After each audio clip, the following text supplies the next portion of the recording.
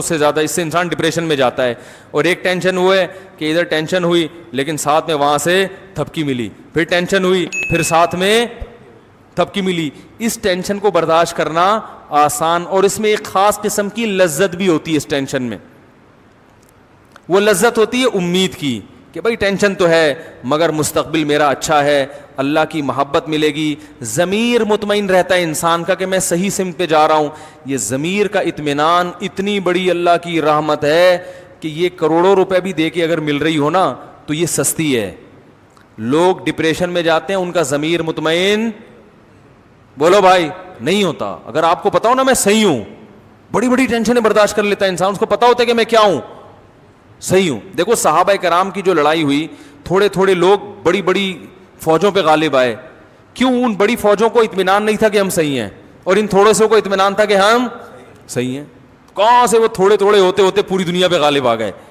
تو جب انسان کو کانفیڈنس ہوتا ہے کہ میں صحیح ہوں تو اس کے لائف اسٹائل چینج ہو جاتا ہے. میں اکثر ایک واقعہ بیان کرتا ہوں, بس یہ واقعہ بیان کر کے اپنی بیان کو ختم کرتا ہوں. میں اکثر یہ جو واقعات ہیں نا بہت آبزرو کرتا تھا بچپن میں, ابھی بھی کرتا ہوں. کوئی واقعہ نظر آئے نا تو میں نے دیکھا ایک ہمارے بچپن میں ایک بلی جو ہے نا وہ کہیں سے بوٹی اٹھا کے لائی اور کھا رہی ہے. کتے کی نیت خراب ہو گئی, وہ کتا پنے پر اتر آیا, وہ بلی کے قریب آیا. اب آپ بتاؤ کتا جو ہے بلی سے کئی گنا زیادہ طاقتور ہوتا ہے کہ نہیں ہوتا؟ کیا خیال ہے؟ کتے کو چاہیے تھا ایک تھپڑ لگاتا, بلی سے بوٹی لے کے کھا جاتا, ایک چماڑ لگاتا ہڑک. لیکن کتا آیا اور نا اب کیوں ڈر رہا ہے بلی سے؟ کتے کو یہ احساس ہے کہ رائٹ میرا یہ لے کر آئی ہے, لیکن ہے تو کتا بنا نا, لالچ تو ہے اس میں.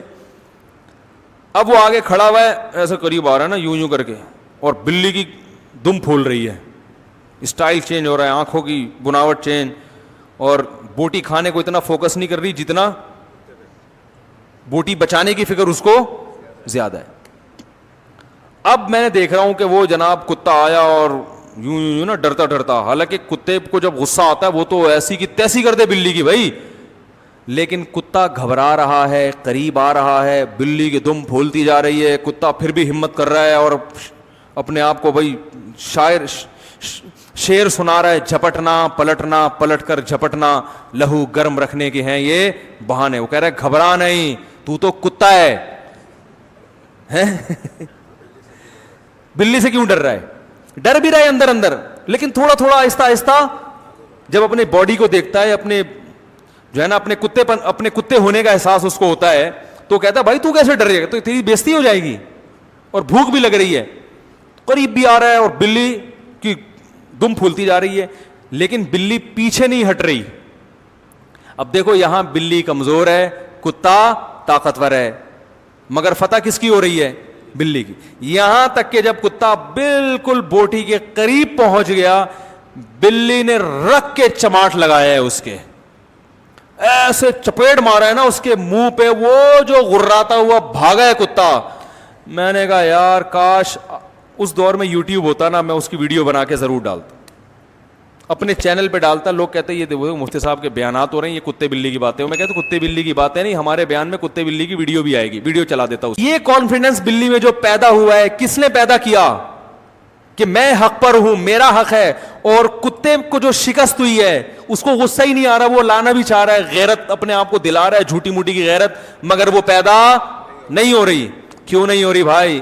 اس لیے نہیں ہو رہی, اس کو پتا ہے کہ میں غلطی پر ہوں. تو انسان میں تو یہ احساس کتے بلی سے کئی گنا زیادہ ہے, کیونکہ اللہ کا شکر ہے انسان کتے نہیں ہے, انسان تو انسان ہے. تو وہ چاہے وہ کیسے ہی کتے پنے پہ آ جائے نا, اس کو یہ احساس رہتا ہے کہ یہ انسانوں والا کام نہیں ہے. اس کا ضمیر اس کو ملامت کرتا ہے, اندر سے ٹارچر کرتا ہے اس کو.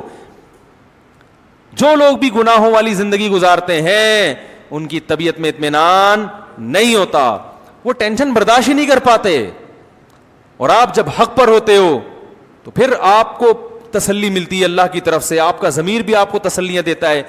یہ چیز اتنی بڑی نعمت ہے, اتنی بڑی نعمت ہے کہ اگر لوگوں کو اس نعمت کا اندازہ ہو جائے تو کروڑ یہ نعمتیں بازار میں بکنا شروع ہو جائے نا, اربوں روپے بھی اس کی قیمت کم ہے.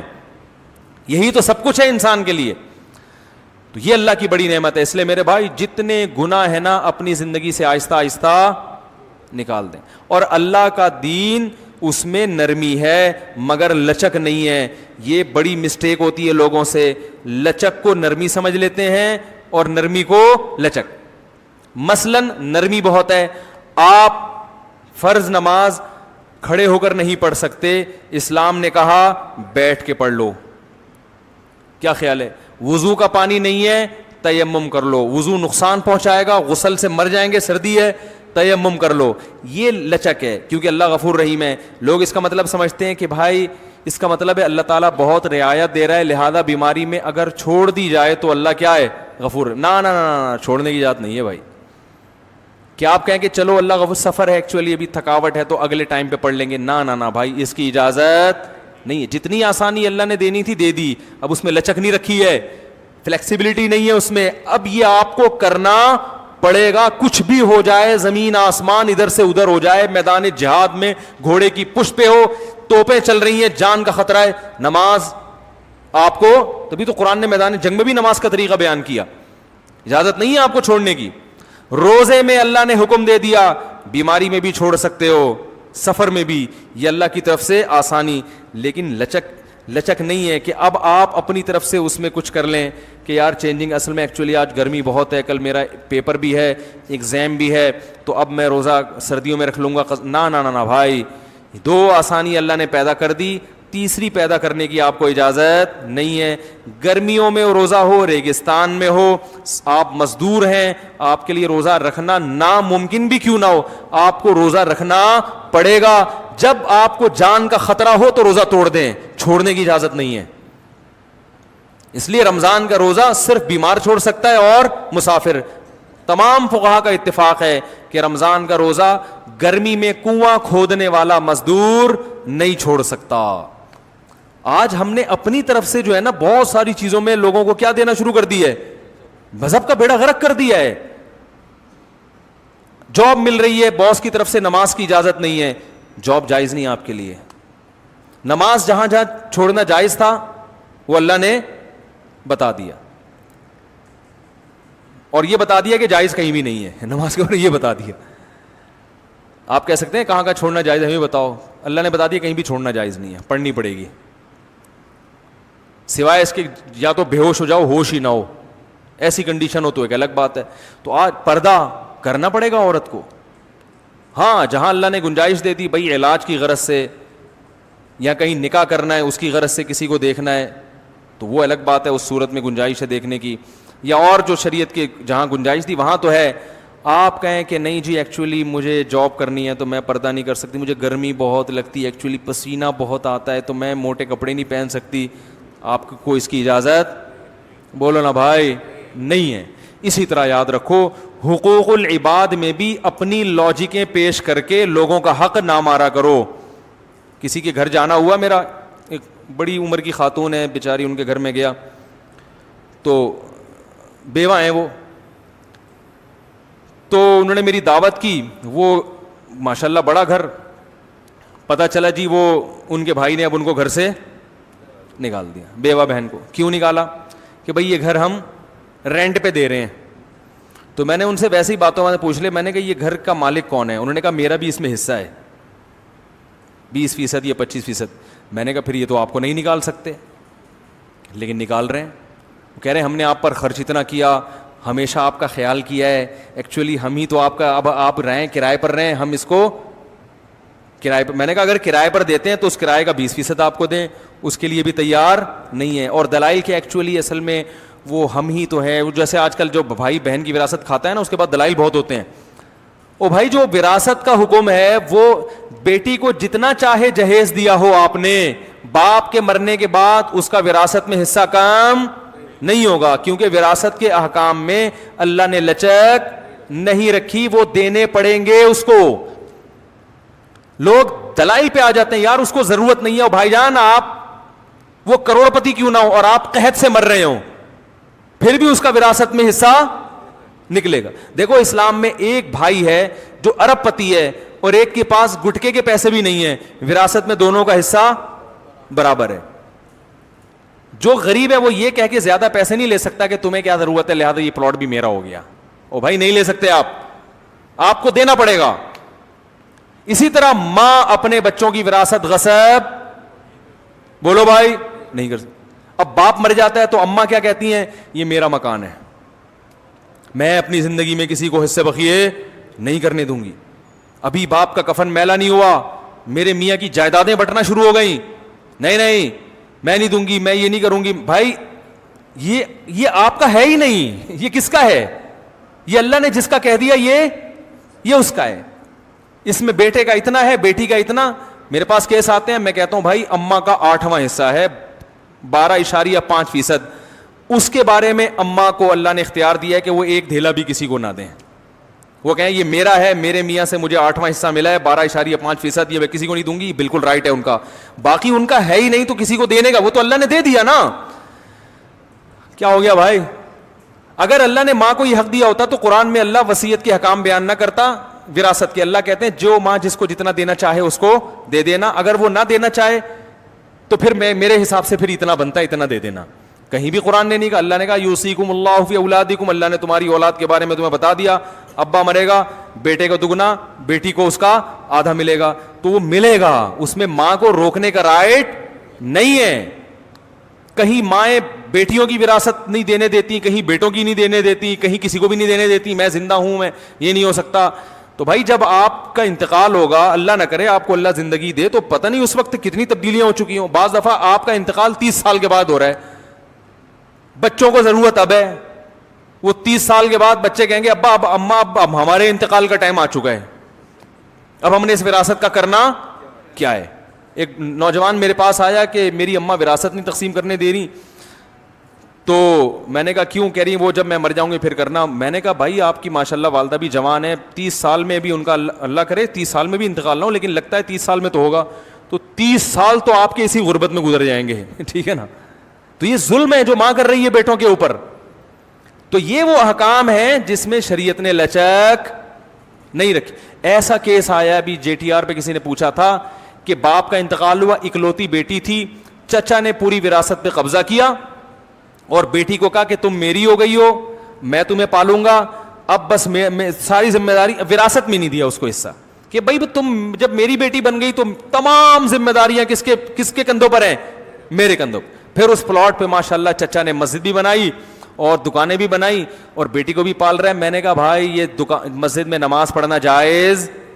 بولو بھائی, یہ بیٹی کی وراثت کی زمین پر بنی ہے مسجد, اس میں نماز پڑھنا, یہ مسجد ہے ہی نہیں شرعی, غصب کی زمین پہ ہے.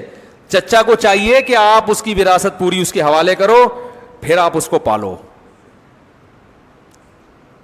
کیا خیال ہے؟ پھر پالو آپ اس کو, پھر لوگ کہیں گے ماشاءاللہ. اب ساری وراثت کھا کے آپ بھتیجی کی کفالت کر رہے ہو, یہ اللہ کی طرف سے اجازت نہیں ہے. تو بھائی اپنے آپ کو شریعت کا پابند بناؤ, ایک دائرے میں لے کر آؤ, اس کے حساب سے حقوق کا تعین کرو, اخپل طریقے سے فیصلہ نہ کرو. آپ پٹھان ہیں بھائی, اخپل طریقہ پتہ ہے نا کسے کہتے ہیں؟ اخپل طریقہ ہے.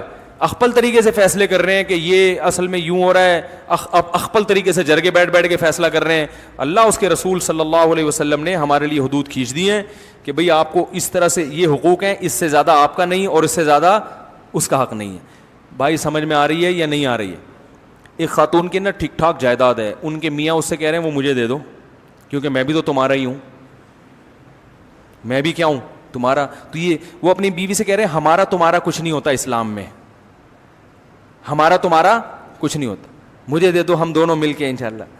تو میں نے ان سے کہا, میں نے کہا بھائی ویسے تو آپ کے میاں دینا چاہیں تو پوری جائیداد دے دیں, لیکن یہ کوئی طریقہ ساڑھی عقلچ آ نہیں رہا.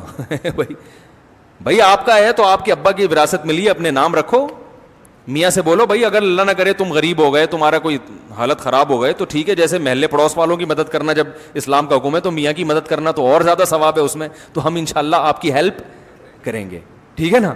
کبھی راشن ہم ڈلوا لیں گے, کبھی انڈے ہماری طرف سے آ جائیں گے, مرغی کے انڈے, اور کبھی جناب وہ گوشت ہم لے آیا کریں گے. آپ جب تک بے روزگار پھرو گے ہم آپ کی ہیلپ کریں گے. لیکن اگر ہمیں اندازہ ہو گیا کہ آپ اس ہیلپ کی وجہ سے بے روزگار ہیں ٹھیک ہے نا, تو اسی وقت ہماری طرف سے ہیلپ, کیونکہ بعض دفعہ جب بیگم کھلا رہی ہوتی ہے تو پھر میاں چوڑا ہو جاتا ہے, وہ پھر بالکل ہی اپاہج ہو جاتا ہے. تو اس میں ہم کہتے ہیں کہ بھائی پھر ہیلپ ویلپ نہیں کرو. ہاں وہ اپنی ذمہ داری پوری کر رہا ہو, پھر غریب ہے تو پھر ضرور ہیلپ کرنی چاہیے. تو باؤنڈری اللہ نے کھینچ دی ہے بھائی, اس سے آگے نکلنے کی کوشش. ہم لوگ پورے اسلام کو فالو کرنا چاہتے ہی نہیں ہیں, ہمارے ساتھ بڑی ٹینشن یہ ہے, آدھی آدھی چیزیں چل رہی ہیں. دیکھو خدا کی قسم, جب آپ دوسرے کا حق دو نا تو پھر اپنا حق لینے میں بھی مزہ آتا ہے. میں تو لوگوں کو بولتا ہوں کہ وراثت لیا کرو, معاف واف نہیں کیا کرو. لوگ کہتے ہیں یار آپ کیسی باتیں سکھا رہے ہو. خاص طور پہ خواتین کو میں کبھی ترغیب نہیں دیتا کہ معاف کریں. میں کہتا ہوں یہ ہڈ حرام, پہلے ہی بہنوں کی وراثت آج کل نہیں دی جا رہی ہے. ان کو میں ترغیب دیتا ہوں کہ بھائی کو بولو کہ محبت سے دے دو, ورنہ تھانے جا کے ہاں ایف آئی آر کٹواؤں گی میں. تو پھر لوگ کہتے ہیں یہ تو آپ بہن بھائیوں کو لڑوا رہے ہیں. میں کہہ رہا ہوں لڑوا وہ رہا ہے جو حق نہیں دے رہا. بھائی قطع رحمی کا گناہ اس کو ہوگا جو حق دبا کے بیٹھا ہوا ہے نا, اس کو تھوڑی گناہ ہوگا جو حق مانگ رہا ہے. قطع رحمی جرم ہے, مگر جو اس جرم کا سبب بنے گا وہ گناہگار ہوگا نا. ارے بھائی آپ نے آپ کی مثال دے رہا ہوں, آپ نے لیے نہیں, 1 لاکھ روپے لے لیے. اب میں آپ سے جا کے محبت سے کہہ رہا ہوں میرے 1 لاکھ روپے دے دو, آپ کو نہیں دے رہا. میں کہہ رہا ہوں ایسے کی تیسے میں آپ کے گریبان پکڑ رہا ہوں. لوگ کہہ رہے ہیں مسلمان پہ ہاتھ اٹھانا ناجائز ہے. تو ایسے موقع پہ تھوڑی کہا جائے گا. میں کہوں گا بھائی ناجائز ہے, مگر اس ناجائز کام کا سبب کون بن رہا ہے؟ یہ بندہ پیسے کھا کے بیٹھا ہوا ہے, اس کو گناہ ملے گا. لوگ دونوں کو ملامت کر رہے ہوتے ہیں. تو قطع رحمی حرام ہے, مگر جو قطع رحمی کا سبب بنتا ہے وہ اس کو گناہ ملے گا. جو سبب نہیں بن رہا وہ تو اپنا حق لے رہا ہے نا, اس کو تھوڑی گناہ ملے گا. تو جب بھی بہن بھائی سے وراثت مانگتی ہے, بھائی یہ تانا دیتے ہیں کہ بہن بھائیوں کے رشتے کو کیا دراڑیں قائم کی جا رہی ہیں پلاٹوں کے چکر میں. دیکھو تم میری بہن ہو, یہ مال ایسی چیز نہیں ہے جس سے ہم اپنا رشتہ خراب کریں, یعنی نہیں مانگو مجھ سے ٹھیک ہے نا. تو بھائی مال ایسی چیز نہیں ہے جس سے ہم رشتے خراب کریں, لہذا وہ مال اس کے حوالے کر دینا چاہیے. یہ ہے اصل مطلب. تو ہر آدمی اپنے مطلب کہ وہ نمازیں دیکھو, ٹرین میں ادھر کوئی منہ کر کے نماز پڑھ رہا ہے, کوئی کھڑکی طرف منہ کر کے. ان سے بولو بھائی قبلے کی طرف, کہہ رہے ہیں بھائی سفر میں تو 4 کی 2 کر دی اللہ نے, تو سفر میں تو آسانی ہے. اب بھائی اللہ نے 4 کی 2 کی ہے, مگر اللہ نے کہیں بھی یہ نہیں کہا قرآن میں کہ سفر میں قبلہ ہی معاف ہو گیا بھائی یہ کہیں نہیں کہا. جتنا اللہ نے معاف کیا اتنا ہوگا. اللہ نے یہ کہا کہ سفر میں بغیر وضو پڑھ لو. سفر میں بھی یہ کہ تیمم تو کرنا ہی پڑے گا اگر پانی نہیں ہے, تو غسل بھی کرنا پڑے گا سفر میں اگر غسل فرض ہو گیا ہے. تو جو اللہ نے کر دیا اتنا تو بھائی ٹھیک ہے, جو نہیں کیا اس میں آپ کو فنڈر بننے کی ضرورت, بولو نا, اس میں فنڈر گیری کی ضرورت نہیں ہے آپ کو. تو ہر آدمی گنجائشیں نکال کے فنڈر بنا ہوا ہے, اور وہ خود قیاس اجتہاد کر کے یہ ہے فلانا ہے ڈمکانا ہے, ادھر سے اس کا کھا لیا ادھر سے. آج ایک کیس آیا, بیٹھے ہوئے, ناراض نہیں ہونا, بتا دوں آپ کا نام نہیں آئے گا کہیں بھی, ویسے تو آ گئے آپ ٹھیک ہے نا. میرے پاس بعض ایسے کیس بھی آتے ہیں کہ لوگ جھوٹے کیس کر دیتے ہیں دوسرے پر اس کو پریشان کرنے کے لیے. میں کہتا ہوں بھائی یہ جائز نہیں ہے جھوٹا کیس کرنا. کہہ رہے نہیں وہ بڑا ظالم ہے. تو ظالم ہے تو جو جتنا ظلم ہے اس حساب سے تو آپ اس کو نچوڑ سکتے ہیں, جو چیز نہیں ہے وہ کھاتا اس میں ڈال دیا. تو باؤنڈری شریعت نے ایک متعین کی ہے, اس کے تحت رہتے ہوئے آپ اپنا حق لیں. میں تو کہتا ہوں اس زمانے میں حق لینا بھی چاہیے. ہاں جہاں شریعت نے حق چھوڑنے کی ترغیب دی ہے وہاں چھوڑ سکتے ہیں. وہ کہاں ترغیب دی ہے یہ ایک الگ موضوع ہے.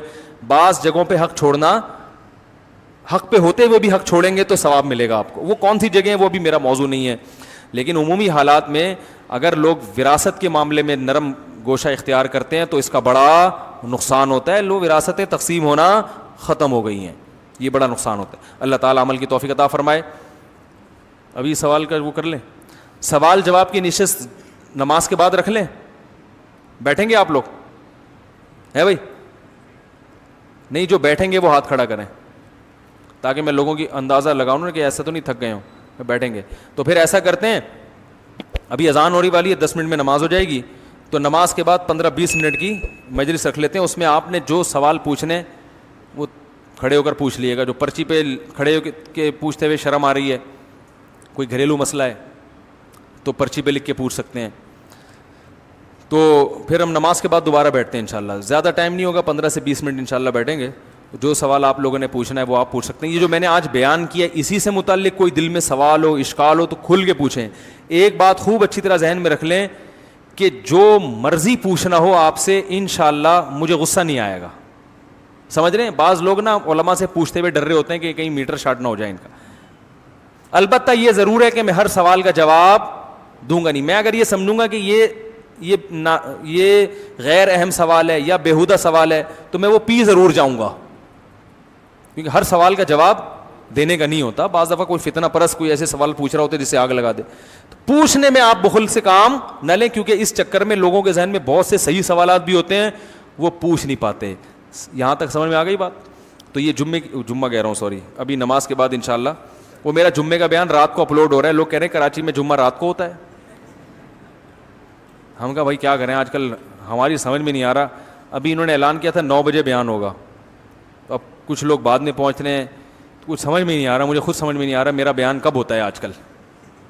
تو آپ دعا کریں ہمارا کوئی مینجمنٹ کوئی ذرا ایسی ٹائٹ سی ہو جائے کہ جس پہ ہو کہ بھئی اب لوگوں کو بھی اطمینان ہو, کوئی اس ٹائم ہوگا اس ٹائم نہیں ہوگا, اس وقت لائیو چلے گا اس وقت لائیو نہیں چلے گا. کوئی ایسا سیٹ اپ آ جائے, کوئی آپ کے پاس ایسا فارمولہ ہے تو وہ آپ ہمیں بتائیں, کیونکہ یہ بیچارے تو محنت کر رہے ہیں لیکن مینجمنٹ نہیں ہو پا رہی ہے کچھ تمیز سے جسے کہتے ہیں آپ, تو اس کی وجہ سے بڑا نقصان ہو رہا ہے.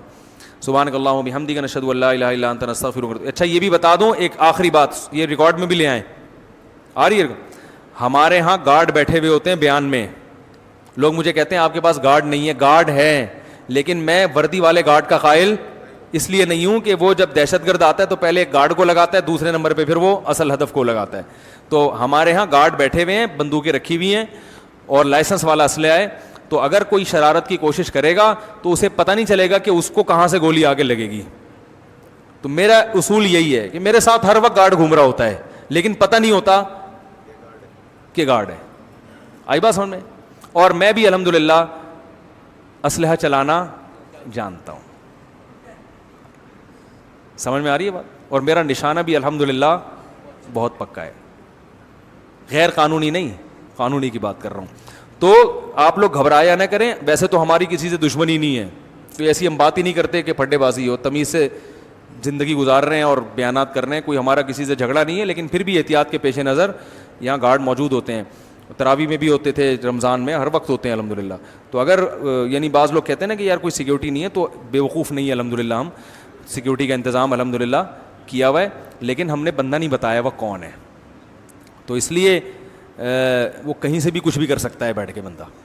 سبحانک اللہم و بحمدک نشہد ان لا الہ الا انت نستغفرک و نتوب الیک. میں کھانے کا انتظام مخلوط ہو تو اس میں جانا جائز ہے؟ نہیں, پردے کا انتظام نہیں ہے, مخلوط دعوت ہے تو اس میں شرکت جائز نہیں ہے. کسی کا دل رکھنے کے لیے بھی شرکت جائز نہیں ہے اس میں.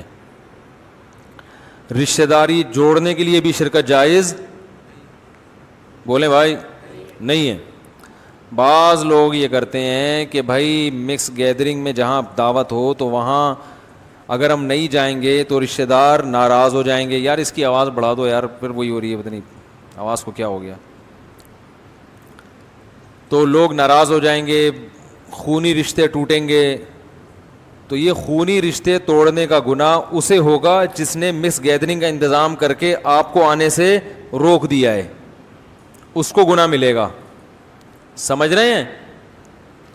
تو کسی کا دل جوڑنے کے لیے اپنا دین توڑنا جائز نہیں ہے. سب سے پہلے اللہ اور اس کے رسول کے احکام ہیں, اس کے بعد ابا اماں, بچے, بیوی, بھائی بہن, یہ سب اس کے بعد ہیں. تو بھائی ان کو بھی تو رشتہ داری جوڑنے کا خیال ہونا چاہیے نا. ان کو پتہ ہے جب یہ شرکت نہیں کرتا تو ہم مس گیدرنگ نہ کریں, ہم الگ الگ انتظام کر لیں. لوگ آ کے کہتے ہیں کہ بھائی ہم نے تو بہت کوشش کر لی مگر وہ سیپریٹ انتظام کرنے کے لیے تیار نہیں ہے, اور بہت میں نے دھمکیاں بھی دے دی, میں نے یہ بھی کہہ دیا کہ میں نہیں آؤں گا, مگر وہ انتظام نہیں کر رہے. تو میں نے کہا پھر نہیں جائیں. کہنے وہ ہمیں کہہ رہے ہیں کہ تمہیں رشتہ داروں کا خیال نہیں آتا, تم شادی میں نہیں آ رہے, تم دعوت میں نہیں آ رہے.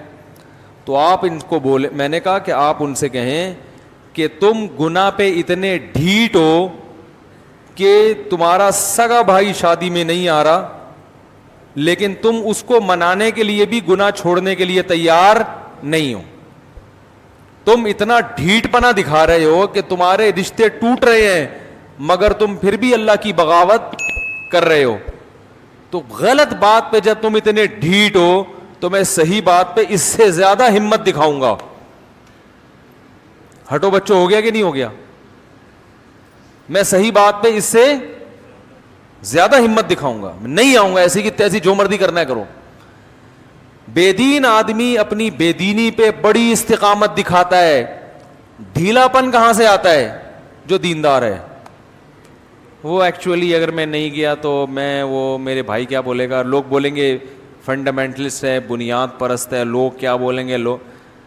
تو بھائی اتنا براڈ مائنڈڈ بننے کی ضرورت نہیں ہے کہ گناہوں میں بھی حدیث میں کیا آتا ہے, پچھلی امتوں میں جب کوئی گناہ ہوتا تھا تو بنی اسرائیل کے علماء روکتے تھے, لیکن پھر اس گناہ میں ان کے ساتھ شرکت بھی کر لیتے تھے.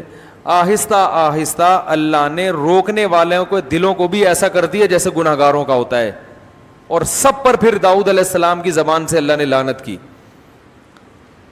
تو آپ جوڑ پیدا کرنے کے لیے یاد رکھو خاموشی اختیار کرنا جائز ہے. مثلا ہر جگہ فنٹر گیری بھی ٹھیک نہیں, آپ جا کے تبلیغ شروع کر دیں, یہ کیا ہو رہا ہے, یہ مکس گیدرنگ کیوں ہو رہی ہے, غلط ہو رہا ہے, حرام ہے اسلام میں, یہ سب غلط ہے. تو ہر جگہ تبلیغ بولو نا نہیں کی جاتی. وہ پھر خام خواہ میں دین کا مذاق اڑائیں گے, بولیں گے چلو مولوی نکلو یہاں سے. تو آپ کو کیا ضرورت ہے جا کے بلا وجہ ان کو, ہر جگہ کا ایک موقع ہوتا ہے. تبھی مجھے لوگ جب شادی بیاہ میں بیان کے لیے بلاتے ہیں میں نہیں جاتا. میں کہتا ہوں لوگ وہاں کھانا کھانے آئے ہیں, مولانا کی تقریر سننے نہیں آئے, یہ موقع نہیں ہے بیان کا. ہر آدمی گول میز پہ بیٹھا ہوا ہوتا ہے, کسی کا منہ ادھر ہے, کسی کا منہ ادھر ہے, ہم ادھر بیٹھ کے بیان کر رہے ہیں, وہ ادھر منہ کر کے سن رہے وہ بیان. یہ کوئی بیان کا ماحول ہی نہیں بنتا نا, تو یہ موقع نہیں ہے. ایک دفعہ ایک صاحب کو بلایا ولیمے کی دعوت پہ, رو رو کے دعا کروائی انہوں نے. میں نے کہا یہ ولیمے کا موقع, خوشی کا موقع ہے, رو رو کے دعا کرنے کا موقع نہیں ہے. سب دولہا کو دیکھ رہے تھے کتنا رو رہا ہے. تو ہر جگہ نا ہر چیز نہیں جچتی ہے. اب ولیمے کا موقع ہے, مبارک بات ہے, خوشی ہے, بھائی آپ ہو ہا ہا ہا رونے کی ایک محفل لگی ہوئی ہے, بھائی یہ کیا ہے, شادی ہو رہی ہے, کیا ہو رہا ہے, یہ جنازہ ہو رہا ہے کسی کا. تو ٹھیک ہے, جو رو کے دعا کروا رہے تھے ان میں تو اخلاص تھا, وہ تو بیچارے اپنے لحاظ سے ٹھیک کر رہے تھے, وہ تو یعنی ان کا تو میں اپریشیٹ اس لیے کروں گا کہ اس موقع پر بھی وہ اللہ کو نہیں بھولے. ان میں اتنا غم تھا, اتنا اللہ کا ڈر تھا کہ رو رہے تھے. لیکن میری رائے یہ ہے کہ یہ رونے دھونے کا موقع نہیں ہے, یہ خوشی کا موقع ہے. آپ مٹھائی کا ڈبہ لے کے جائیں, دولہا کا منہ میٹھا کرائیں, کچھ واض و نصیحت تھوڑی بہت ہلکی پھلکی ہو جائے تو بھی کوئی حرج نہیں ہے. بھائی بیٹھ گئے تھوڑا سا, بھائی دیکھو ماشاءاللہ شادی ہوئی ہے, سنت کے مطابق ہوئی ہے, آپ لوگ بھی شادی کریں تو سنت کے مطابق کریں. اتنی ہلکی پھلکی تو ٹھیک ہے, چلتا ہے یہ تو. لیکن باقاعدہ تفصیلی بیان وہاں پہ وہ لوگ سننے نہیں آئے ہوتے, منہ ادھر ادھر ہوتے ہیں, بہت مشکل ہو جاتی ہے. میں کہتا ہوں بھائی ان کو بولو کہ یار ادھر آ جائیں, بیان الفلاحیہ مسجد میں ہوگا وہاں کے سنیں, یا کہ کوئی اور عقیقے میں بھی سمجھ میں آتا ہے بیان, عقیقے کی محفل میں بھی سمجھ میں آتا ہے, بچے کا قرآن ختم ہوا ہے اس میں سمجھ میں آتا ہے کہ بیان ہونا چاہیے. لیکن بارات میں بیان ساڑی اقلچ نہیں آتا. وہ پھر ہاں نکاح جب ہو رہا ہو نا, نکاح کی محفل ہو مسجد میں نکاح, اس میں بھی بیان ہو سکتا ہے. اور اگر بارات میں بیان کرنا ہی ہو, اول تو بارات ہی نہیں ہے شریعت میں تو ولیمہ ہے, بارات تھوڑی ہے. تو ولیمے میں بیان کرنا بھی ہے تو پھر لوگوں کو یہ کہا جائے کہ بیان کے لیے ہم آپ کو بلا رہے ہیں, اور اس میں ضمناً ولیمہ بھی ہو جائے گا, تاکہ لوگ پہلے سے یہ دماغ میں رکھ کر آئیں کہ ہم بیان سننے جا رہے ہیں. لوگ دماغ میں یہ رکھ کر آ رہے ہیں کہ خوشی منانے جا رہے ہیں, کھانے پینے جا رہے ہیں, خوشبو لگا کے پرفیوم لگا کے تیار ہو کے بالکل فٹ فاٹ ہو کے غل غپاڑے کرتے ہوئے جا رہے ہوتے ہیں. وہاں مولوی کو دیکھ کے گھبرانے لگتے ہیں, یار یہ یہاں کہاں پہنچ گئے, پتہ نہیں یہ کیا شروع کر دے گا یہاں پہ. تو وہ بات کو پھینکنے والی بات ہو جاتی ہے, سمجھ رہے ہیں نا. تو ہر جگہ تبلیغ نہیں ہے, آپ جا کے ہر ایک کو ہر وقت سمجھانا شروع کر دیں. مس گیدرنگ ہو رہی ہے تو آپ وہاں گھس کے تقریر شروع کر دیں, تو یہ تو مناسب نہیں ہے, مصلحت کے خلاف ہے. لیکن اس میں شرکت کرنا شروع کر دیں جوڑ پیدا کرنے کے لیے, یہ بھی جائز نہیں ہے. جوڑ پیدا کرنے کے لیے خاموشی اختیار کی جا سکتی ہے تاکہ نفرت نہ پھیلے, لیکن جوڑ پیدا کرنے کے لیے گناہ میں شرکت کی اجازت کسی قیمت پہ نہیں ہے. گناہ کو اپریشیٹ کرنا بھی جائز نہیں ہے. مثلا آپ جوڑ پیدا کرنے کے لیے چلے گئے, کہیں مکس گیدرنگ ہو رہی ہے, آپ کہیں یار ٹھیک ہے یار یہ بھی ٹھیک ہے, کوئی اتنا بڑا مسئلہ نہیں ہے, اللہ غفور رحیم ہے, بخشے جاؤ گے کوئی, تاکہ وہ دل ان کے قریب ہو جائیں. تو دل قریب کرنے کے لیے غلط باتیں کہاں سے جائز ہو گئی بھائی؟ غلط بیانی سے کام لینا کہاں سے جائز ہو گیا؟ اللہ نے کب کہا ہے کہ میں معاف کر دوں؟ خاموشی اختیار کر لو لیکن غلط بات میں کسی کو اپریشیٹ مت کرو، اس کی شریعت میں اجازت نہیں ہے، یہ حدود ہیں شریعت کی.